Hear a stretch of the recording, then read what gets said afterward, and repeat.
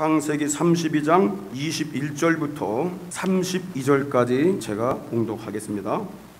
그 예물은 그의 앞서 행하고 그는 무리 가운데서 경야하다가 밤에 일어나 두 아내와 두 여종과 11 아들을 인도하여 야복나루를 건널세 그들을 인도하여 시내를 건네며 그 소유도 건네고 야곱은 홀로 남았더니 어떤 사람이 날이 새도록 야곱과 씨름하다가 그 사람이 자기가 야곱을 이기지 못함을 보고 야곱의 환도뼈를 치매 야곱의 환도뼈가 그 사람과 씨름할 때에 우이골되었더라.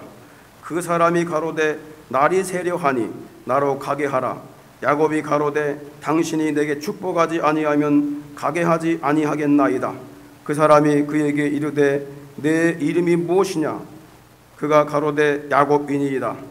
그 사람이 가로되 내 이름을 다시는 야곱이라 부를 것이 아니요 이스라엘이라 부를 것이니 이는 내가 하나님과 사람으로 더불어 겨루어 이기었음이니라.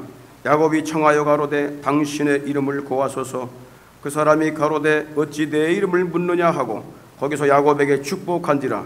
그러므로 야곱이 그곳 이름을 분이엘이라 하였으니 그가 이르기를 그가 하나님과 대면하여 보았으나 내 생명이 보존되었다 함이더라. 그가 분이엘을 지날 때에 해가 돋았고 그 환도뼈로 인하여 절었더라. 그 사람이 야곱의 환도뼈 큰 힘줄을 친 고로 이스라엘 사람들이 지금까지 환도뼈 큰 힘줄을 먹지 아니하더라. 아멘. 할렐루야. 하나님은 믿음을 테스트하십니다. 하나님은 각 사람의 우리 믿음을 테스트하셔요.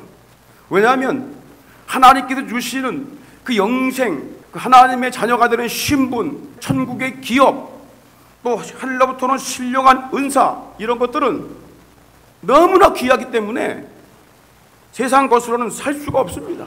오직 믿음으로만 얻을 수 있기 때문에 하나님께서 우리의 믿음을 테스트하시는 거예요. 하나님은 아브라함의 믿음을 테스트하기 위해서 그 아들 독자 이삭을 바치라는 시험을 하셨습니다.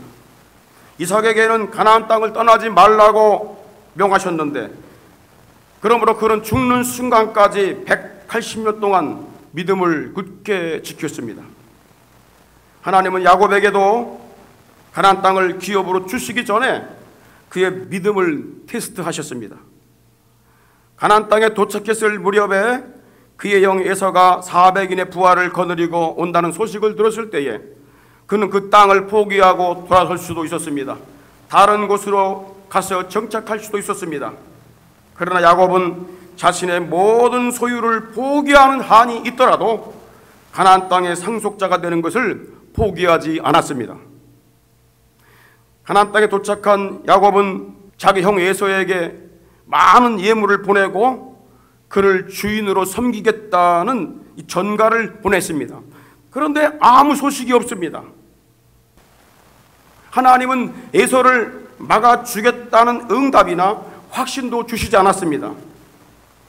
야곱은 두렵고 답답했습니다. 하나님께서 야곱에게 가나안 땅을 기업으로 주시겠다고 언약을 하셨고 또 내가 이 언약을 이루기까지 너를 결코 떠나지 아니하리라고 창세기 28장 15절에 말씀했습니다. 약속을 철떡같이 하셨어요. 그런데 하나님은 왜 침묵을 하고 계신 것일까? 왜 하나님은 아무 대꾸가 없으신가?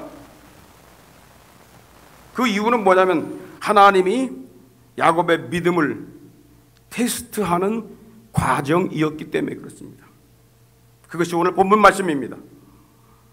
야곱이 하나님의 주시는 테스트, 시험에 합격을 한 후에 가나안 땅에 영광스럽게 입성을 할 수가 있었습니다. 그러면 야곱이 가나안 땅의 상속자가 되기 위한 믿음의 테스트를 어떻게 합격을 할 수 있었을까? 오늘 그것을 여러분들에게 두 가지를 말씀을 드리려고 그래요. 야곱이 가나안 땅을 기업으로 받기 위해서 하나님이 테스트를 어떻게 합격을 할 수 있었을까? 그 첫 번째가 뭐냐면 홀로 하나님 앞에 선 것입니다. 이 시험은 여러 명이 같이 보는 게 아니에요. 각자 홀로 하나님 앞에 서야 한다는 거예요. 그 첫 번째 조건입니다. 야곱이 580마리의 예물을 에서에게 보낸 그날 밤이 늦도록 아무 소식이 없었습니다. 그렇게 하루 해가 저물었습니다. 형에게 보낸 예물이 아무 효과가 없나?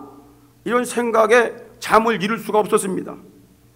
그동안 위기를 겪을 때마다 나타나셨던 하나님은 왜 지금은 나타나시지 않고 도와주시지 않는가? 우리 아버지 이삭도 또 하나님도 이 땅을 기업으로 주겠다고 분명히 언약을 하시고 또 축복 기도까지 해주셨는데 왜 아무 응답이 없는 것일까? 이런저런 생각에 밤이 깊어갔습니다. 야곱이 소유의 절반가량을 에서에게 예물로 보냈지만 아직도 그는 의지할 것이 많았어요. 많은 재물이 있었고요, 아내들이 있었고 여러 자녀들과 많은 종들이 있었습니다. 그는 그들과 함께 뜬 눈으로 고민하며 기도하다가 갑작스럽게 하나님 앞에 이와 같은 결단을 내립니다.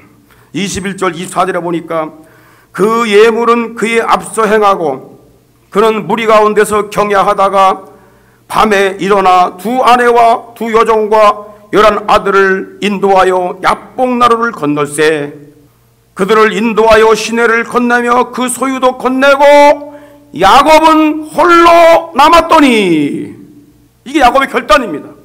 야곱이 가나안 땅의 상속자가 되기 위해서 첫 번째 내린 결단이 뭐냐면 오직 하나님만 의지하겠다는 배수지를 친 결단을 내린 것입니다. 그 증거로 야곱이 아내들과 자녀들과 모든 소유, 종들 다 야복강을 건네보내고 자신이 하나님 앞에 홀로 남은 것입니다. 이 첫 번째 테스트예요. 너 다른 걸 다 버릴 수 있느냐? 놓을 수 있느냐? 네가 하나님의 나라, 하나님 주신 기업을 얻기 위해서 다른 걸 다 포기할 수 있느냐? 하나님이 그걸 보시는 거예요. 창세기 32장 10절에 보니까 야곱이가 이렇게 말합니다. 내가 지팡이만 가지고 이 요단을 건넜더니 이제는 2때나 이루었나이다. 과거를 회상하면서 지금은 어마어마한 소유 때들이 있습니다. 근데 옛날에는 요단강 내가 이 건너갈 때는 홀몸이었다는 거야. 지팡이 하나밖에 없었다는 거야. 그가 바단 아람으로 도망갈 때는 가족도 없었고 친척도 없었고 종들도 없었고 재산과 소유도 아무것도 없었습니다. 그때 그가 의지할 수 있는 건 오직 한 분, 오직 아브라함과 이삭이 섬겼던 여호와 하나님 뿐이었습니다.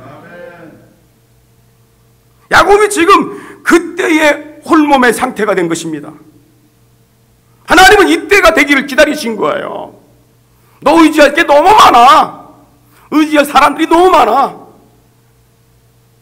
자식 하나만 있어도 여러분들 얼마나 기쁩니까? 자식이 12명이에요. 종들이 어마어마하게 많아. 재산들이 아직도 너무 많아. 의지할 게 많아. 하나님께서 침묵하고 계셨어요. 너 가나안 땅의 상속자가 되고 싶으냐? 다 포기해봐. 놔. 이 가나안 땅의 상속자가 되는 것은 네 능력이나 내가 가지고 있는 재물이나 소유나 그런 것도 되는 게 아니야. 여호와 하나님 말을 온전히 의지하는 믿음으로 되는 것임을 일깨워 주신 것입니다. 사람이 세상에 의지하는 것들로는 하나님이 계신 천국의 상속자가 될 수 없습니다. 세상 것들을 포기하지 않고는 하나님의 나라를 기업으로 받을 수가 없습니다. 내세 영생을 얻으려면 예수 그리스도를 위해 의지하고 있는 모든 것들 버리는 믿음의 결단이 있어야 하는 것입니다. 하나님께서 아브라함에게도 가나안 땅을 기업으로 주시기 위해서 제일 먼저 말씀하신 것이 뭡니까? 너는 내 본토 친척 아비 집을 떠나라, 그겁니다. 너 홀로 믿음의 결단을 내려라, 그 말이에요. 우리가 진정으로 예수 그리스도와 복음을 위해 세상 것들로부터 떠나는 믿음의 결단을 할 때에 하나님께도 인정받는 없는 신앙이 되고 하나님은 결단을 통해서 더 큰 것으로 보상받게 하심을 믿으시기를 바랍니다. 마가복음 10장 29절로 30절에 보니까 예수께서 가라사대 내가 진실로 진실로 내게 이르노니 나와 및 복음을 위하여 집이나 형제나 자매나 어미나 아비나 자식이나 전토를 벌인 자는 금세에 있어 집과 형제와 자매와 모친과 자식과 전토를 100배나 받고 핍박을 겸하여 받되. 이해하지 못하는 사람들 때문에 핍박이 올 수가 있어요. 그러나 내세의 영생을 받지 못할 자가 없느니라. 천국의 상속자가 되는 것은 부모나 처자식들이 대신할 수 없습니다. 세상의 물질도 대신할 수 없습니다. 누구든지 자신이 의지하고 의뢰하고 있는 것들을 버리고 홀로서는 믿음의 결단이 있어야 할 줄 믿습니다. 두 번째 야곱이 테스트에 합격하게 된 그 이유가 뭐냐면 목숨을 다해 오직 하나를 붙들었기 때문에 그래요. 한밤중에 홀로 남은 야곱이 두려웠지만 하나님께 기도하기 시작했습니다. 그런데 그때 한 사람이 갑자기 야곱 앞에 나타납니다. 이 낯선 사람은 에서가 보낸 자객일 수도 있고 도둑이거나 강도일 수도 있었습니다. 그러나 야곱은 도망가지 않고 오히려 그 사람을 보자마자 다리를 감싸 안고 붙잡고 도와달라고 간청하기 시작합니다. 24절에 보십시오. 야곱이 홀로 나왔더니 어떤 사람이 날이 새도록 야곱과 씨름하다가 그랬어요. 그 씨름하다라는 말은 아바크란 말인데 맞붙어 싸우다, 먼지가 쌓일 정도로 격렬하게 싸움을 한다는 이 뜻으로 이 씨름하다라는 단어를 씁니다. 이 낯선 사람은 필사적으로 달려붙는 이 야곱을 떼어내려고 안간 힘을 쓰고 밀어내는데 시간이 가면서 날이 밝아오는 거예요. 이 낯선 사람이 달려붙은 야곱을 떨쳐내려고 아무리 뿔을 쳤지만은 죽을 힘을 다해서 붙잡고 있는 야곱의 손에서 빠져나갈 수가 없었어요. 할 수 없이 이 낯선 사람은 비상수단으로 야곱의 환도뼈를 쳐버렸습니다. 환도뼈라고 하면 엉덩이뼈를 말합니다. 골반뼈를 말해요. 고관절이 빠져버린 겁니다. 탈골됐어요. 25절에 보십시오. 그 사람이 자기가 야곱을 이기지 못함을 보고 야곱의 환도뼈를 치매 야곱의 환도뼈가 그 사람과 씨름할 때에 위골되었더라. 야곱의 엉덩이뼈가 빠져버린 거예요. 엉덩이 빠지면 움직일 수가 없어요. 그런데 야곱은 포기하지 않고 계속 다리를 붙잡고 늘어지는 것입니다. 고통을 당하면서도 놓지 않고 축복해달라고 부르짖었습니다. 26절에 보십시오. 그 사람이 가로되 날이 세려하니 나로 가게 하라 명령을 합니다. 그 야곱이 절대 놓지 않습니다. 야곱이 가로되 당신이 내게 축복하지 아니하면 가게 하지 아니하겠나이다. 야곱이 턱 달라붙은 거예요. 이 낯선 사람, 밤에 나타난 이 한 사람이 누굴까요? 에서가 보낸 자객일까요? 강도일까요? 아니면 그 형 에서일까요? 그가 누구기에 야곱이 필사적으로 붙들고 간청을 했던 것일까요? 미국의 보수적인 목회자요 킹 제임스 연구의 이 독보적인 학자인 피터 럭크만은 이렇게 말합니다. 이 낯선 사람은 그가 베델에서 꿈에 본 인물로서 천사들이 오르락내리락한 사다리 꼭대기에 서 계신 여호와 하나님이시다 그렇게 말을 합니다. 그리고 복음주의 개혁의 신앙의 저명한 신학자요 강해 설교가인 제임스 몽고메리 보이스는 이 낯선 사람은 야곱이 베델에서 만났던 성자 그리스도이다 라고 말합니다. 성경 호세아 12장 3절 4절에 보게 되면 호세 선지자가 야곱은 태에서 그 형의 발꿈치를 잡았고 출생할 때 형의 발꿈치를 잡고 나왔다는 거예요. 그래서 이름을 야곱이라고 부른 거예요. 그런데 또 작년에 성장돼서 작년에 하나님과 힘을 겨루었다. 이 낯선 사람이 하나님이라는 거예요. 그리고 4절에 보니까 천사와 힘을 겨루어 이기고 또 천사라고 부릅니다. 울며 그에게 간구하였으며 하나님은 베델에서 저를 만나셨고, 베델에서 만난 그 하나님, 그 천사, 그가 누굴까요? 호세아 선지자는 야곱과 씨름한 천사는 그가 베델에서 만난 하나님이었다고 말씀합니다. 그렇습니다. 야곱이 한밤중에 홀로 만난 이 낯선 사람은 이 땅에 오시기 이전의 모습을 가진 성자 예수 그리스도였다는 사실입니다. 본문도 그렇게 말씀합니다. 28절에 보십시오. 내가 하나님과 함께 사람으로 더불어 겨루어 이기었음이니라. 분명히 낯선 사람인데 이 천사가 내가 하나님과 함께, 하나님이라고 표현합니다. 그리고 30절에 보니까 하반절에 내가 하나님과 대면하여 보았으나, 야곱이 하나님을 봤다는 거예요. 대면했다는 거예요. 내 생명이 보존되었다. 그가 본 낯선 사람은 신령한 몸을 가지신 성자 하나님이셨습니다. 만약에 하나님이었다면, 영이신 하나님이었다면 잡을 수가 없어요. 그러나 그분은 몸을 가지고 계셨어요. 그래서 그분이 성자 그리스도라고 하는 거예요. 하나님은 영이시기 때문에 누구도 볼 수 없지만 야곱이 대면하여 본 하나님은 신령한 몸을 가지신 성자 예수 그리스도였습니다. 영원하신 하나님이 그의 본체이신 그리스도를 통하여 자신을 드러내신 것입니다. 그래서 빌립보서 2장 6절에 보니까 예수 그리스도는 하나님의 근본 본체시다, 그렇게 말해요. 예수님 누구라고요? 하나님의 본체라는 거예요. 하나님은 영이세요. 몸이 없어. 근데 그분 몸이 있는데 그 몸이 누구라고? 예수님이시라는 거예요. 그리고 히브리서 1장 3절에 보니까 이 예수님은 하나님의 영광의 광채시요 그 본체의 형상이다. 본체라는, 본체, 몸이 있다는 거예요. 하나님도. 하나님 몸이 있는데 그 몸이 누구냐? 예수님이라는 거야. 그리스도. 그래서 야곱이 만난 하나님은 바로 그리스도라는 사실을 우리가 알아야 됩니다. 야곱이 한밤중에 홀로 기도하다가 갑자기 나타나신 성자 그리스도를 알아보고 즉시 달려가서 그분을 붙들고 축복해달라고 간구한 것입니다. 예수를 붙든 거예요. 그리스도를 붙든 거예요. 우리가 마지막에 붙들어야 될 분은 그리스도 예수밖에 없습니다. 물질도 안 됩니다. 자녀들도 안 되고, 형제도 안 되고, 친척도 안 되고, 사람으로는 여러분 우리를 하나님의 나라 상급자로 삼을 수가 없습니다. 오직 그리스도 한 분밖에 없습니다.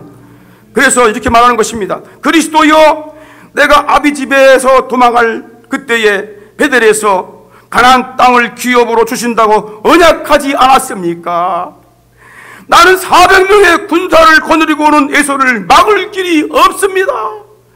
나를 그의 손에서 건져내시고 이 땅의 상속자로 세워 주옵소서. 이렇게 간구한 겁니다. 야곱은 천상에 계신 그리스도께서 베델에서 약속하신 대로 자신을 이 땅의 상속자로 세워달라고 그리스도를 붙잡고 눈물로 호소하며 축복받기를 간구했던 것입니다. 그는 예수 그리스도가 태어나실 이 가나안 땅의 상속자가 되기 위해 필사적으로 그리스도를 붙든 것입니다.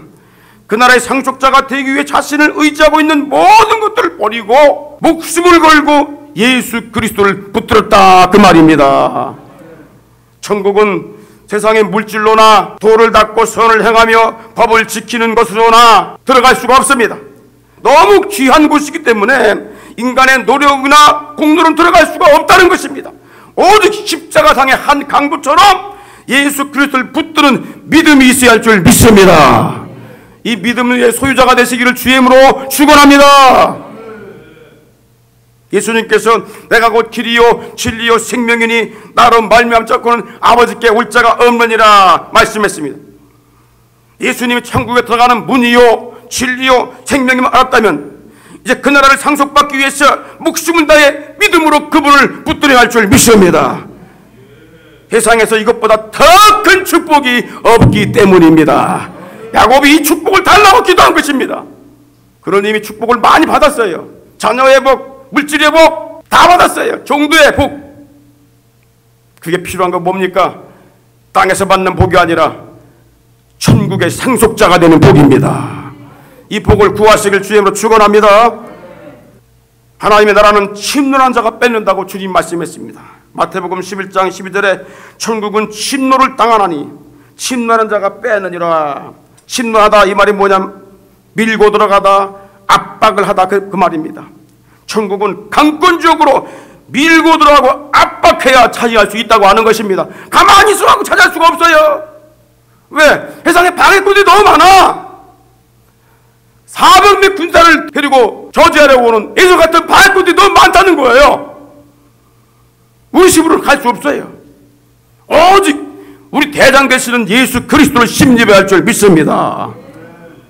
율법과 할례와 빛나는 종교적 전통을 자랑하며 바리새인의 신분을 생명처럼 여겼던 바울이 십자가에 죽으시고 부활하신 예수 그리스도가 천국 문임을 알았을 때에 어떤 결단을 내린 줄 아십니까? 빌립보 3장 7절 9절에 보니까 무엇이든지 내게 유익하던 것을 내가 그리스도를 위하여 해로 여기고 또한 모든 것을 해로 여김은 내 주 그리스도 예수를 아는 지식이 가장 고상함을 인함이라. 내가 그를 위하여, 그리스도를 위하여 모든 걸 잃어버리고 배설물을 여김은 그리스도를 얻기 위함이다. 그 안에서 발견되려 하매니 내가 가진 의는 율법에서 난 것이 아니요 오직 그리스도를 믿음으로 말미암은 것이니 곧 믿음으로 하나님께로서 난 의다. 사람이 의롭게 되고 천국의 상속자가 되는 길은 오직 예수 그리스도 뿐인 걸 알고 있었기 때문에 자신에게 과거에 유익했던 모든 것을 배설물로 쓰레기같이 여겼다는 것을 우리가 알아야 됩니다. 야고비가 홀로 테스트에 오직 한 분 그리스도를 붙잡을 합격을 합니다. 그때에 하나님께서 세 번째입니다. 합격 증표를 주세요. 그것이 뭡니까? 이름을 바꿔주신 거예요. 신분을 바꿔주신 거예요. 그의 인생을 바꿔주신 거예요. 27절에 보십시오. 그리스도께서 야고보에게 내 이름이 무엇이냐 물으십니다. 그리스도가 몰라서 물은 게 아니에요. 야고보의 이름이 몰라서 물은 게 아닙니다. 예수께서 사마리아 우물가에서 사마리아 여인에게 네 남편을 불러오라 물으신 것은 그의 그늘진 어두운 실상을 보게 하시기 위함입니다. 그것처럼 그리스도께서 야고보에게 내 이름이 무엇이냐 라고 물으심으로써 야고보의 숨겨진 실상, 어두워진 죄악된 그늘에 있는 그 모습, 그거를 드러내신 거예요. 순간 그는 갑자기 옛날 일이 떠올랐어요. 그 수많은 일들 중에서 한 일이 딱 떠올랐어요. 그게 뭐냐면 형과 아버지를 썩이고 축복들을 가로챌 때 아버지가 자기에게 했던 질문이 떠오른 겁니다. 내가 내 아들 맞냐? 창세기 27장 18절에 내 아들아 내가 누구냐? 목소리가 이상하거든요. 내가 누구냐? 그러면서 이렇게 묻죠. 내가 참 내 아들이 에서냐? 그러니까 24절에 뭐라고 그래요? 자기가 상속자가 되기 위해서 거짓말로 대답을 합니다. 그러하니이다. 거짓말을 시킨 거예요. 아버지와 형을 속인 거예요. 왜? 가나안 땅의 상속자가 되기 위해서, 축복권을 받기 위해서. 야곱은 가나안 땅의 상속자가 되려고 형과 늙으신 눈먼 아버지를 속였던 기억이 생생하게 떠올랐어요. 그러나 이번에는 그 상속자가 되기 위해서 또 속일 수가 없습니다. 내 이름이 무엇이냐? 그리스도께서 묻습니다. 그때 그는 정직하게 말합니다. 예, 저는 태어날 때부터 야곱입니다. 불법자요, 범법자요, 탈취자요, 형과 아버지를 속인 사기꾼 야곱입니다. 그는 부끄러운 과거를 고백을 했어요. 여러분, 심판자이신 그리스도 앞에 숨을 자가 있을까요? 베드로 사도는 이렇게 말합니다.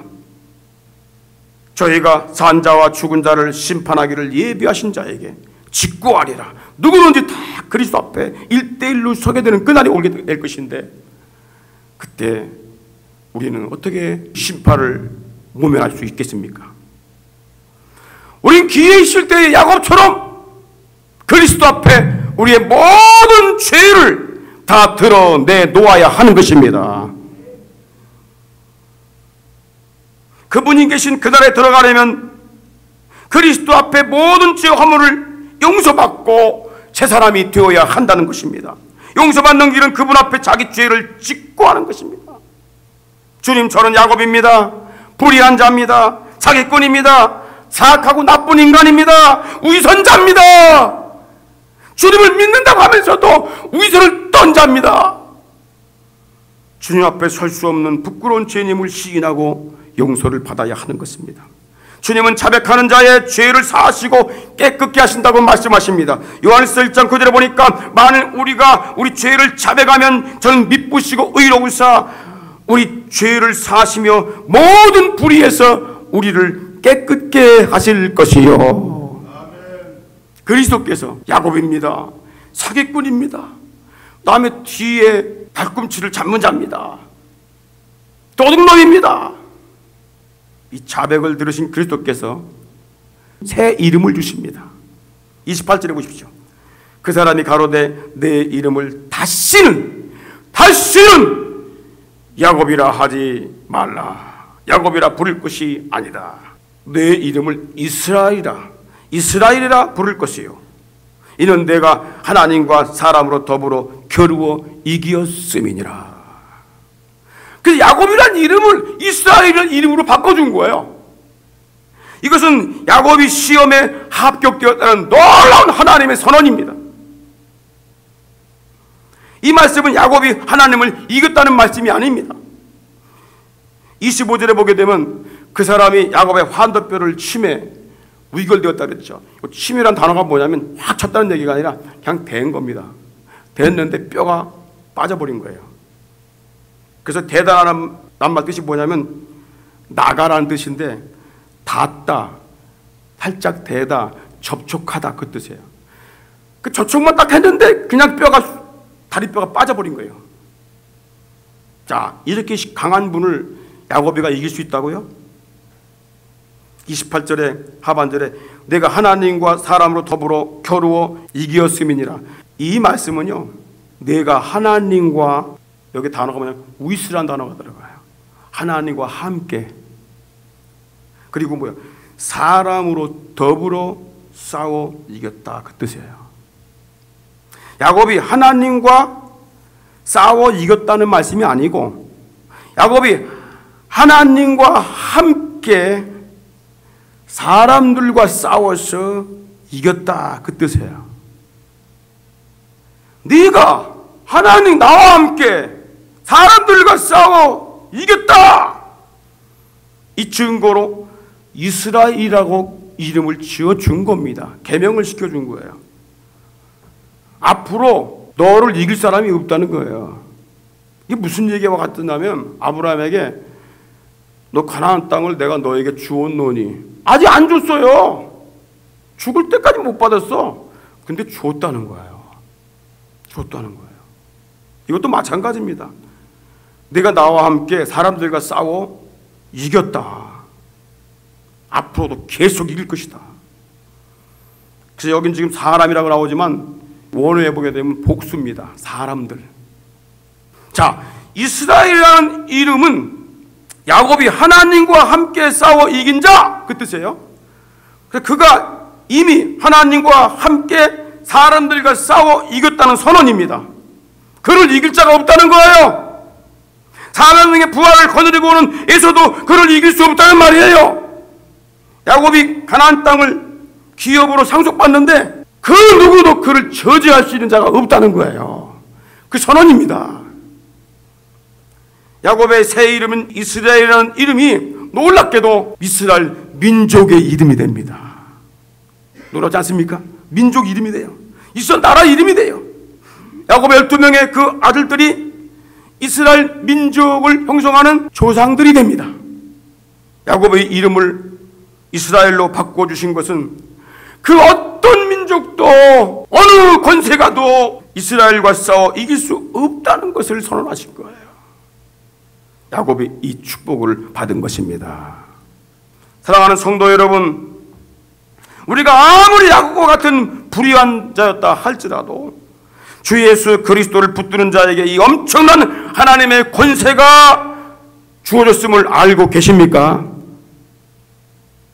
요한복음 1장 10절에 영접하는 자 곧 그 이름을 믿는 자들에게는 하나님의 자녀가 되는 권세를 주셨다.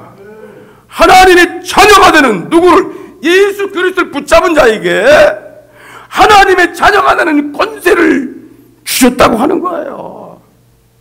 그래서 로마서 8장 31절에 만일 하나님이 우리를 위하시면 누가 우리를 대적하리요. 그리고 33절에 누가 능히 하나님의 택하신 자들을 송사하리요. 34절에 누가 정죄하리요.